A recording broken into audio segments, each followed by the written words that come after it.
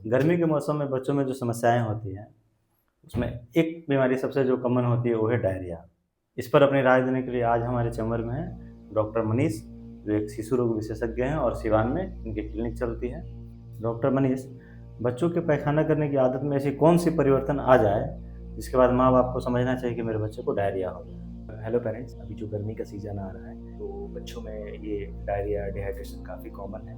कैसे हम उसका बचाव कर सकते हैं और क्या घर पे ट्रीटमेंट कर सकते हैं? तो 1 साल से ज़्यादा वाले होते हैं, उनमें ये माना जाता है कि 3 बार से ज़्यादा अगर वो पखाना कर रहा है या पहले से जो उसकी कंसिस्टेंसी है पखाने की पतली हो गई है, उसको हम डायरिया मान सकते हैं। अगर किसी माँ-बाप को लग रहा है कि मेरे बच्चे को डायरिया है, तो ऐसे कौन से साइन्स हैं, ऐसे कौन से लक्षण हैं, जिसको देखने के बाद माँ-बाप को समझ जाना चाहिए कि अगर ये लक्षण मौजूद हैं, तो बच्चा खतरे के ज़ोन में है?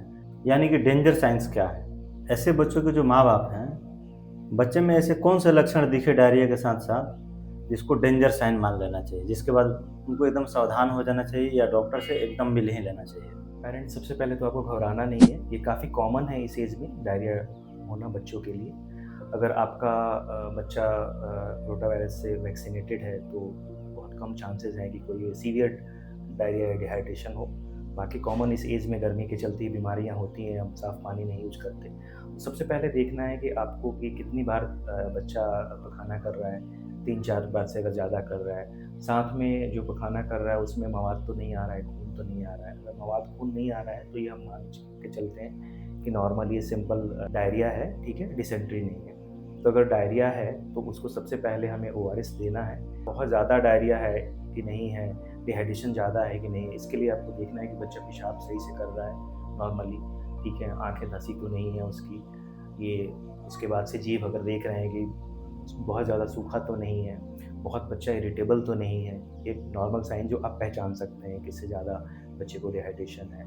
अगर आप उसको पानी, ये ओआरएस या जो भी लिक्विड दे रहे हैं, एग्रेसिवली ले रहा है कि नहीं ले रहा है या बिल्कुल रिफ्यूज़ कर दे रहा है, बहुत सुस्त हो गया, इसका मतलब कि उसको बहुत ज़्यादा दिक्कत है, तो आप डॉक्टर से कंसल्ट कर सकते हैं। तो फर्स्ट लाइन यही ट्रीटमेंट है कि आपको बच्चे को ओआरएस देना है। अगर जैसा ले रहा है, सबसे पहले है कि प्रॉपर वे से बनाना है। 1 लीटर पानी में 1 पैकेट डालना है। बहुत बार हम लोग गलती करते हैं कि थोड़ा-थोड़ा डालते हैं, तो उसमें बहुत बार होता है कि जो नमक पानी का कंसंट्रेशन है या तो ज़्यादा हो जाता है, नहीं तो कम हो जाता है, तो फिर वो नुकसान देगा।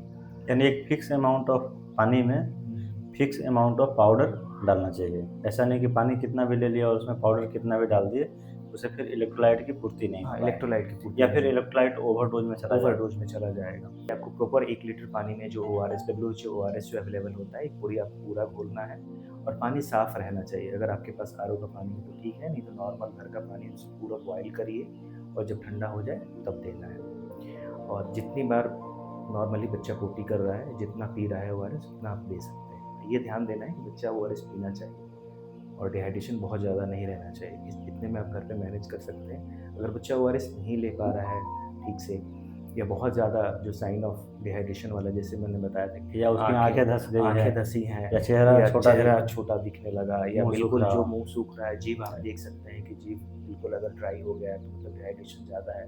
बेटर होगा कि आप किसी अपने आस-पास के बच्चे को डॉक्टर से कंसल्ट करें। नॉर्मली अगर ओआरएस नहीं अवेलेबल रहता है घर पे तो होममेड चीज़ें जो दे सकते हैं, जैसे आप चावल का जो पानी रहता है, जिसको राइस माड़ वाटर, बोलते हैं, जिसको राइस माड़ वाटर बोलते हैं बोलते हैं, देहात माड़, में। वो दे सकते हैं टेम्परेरीली उसको।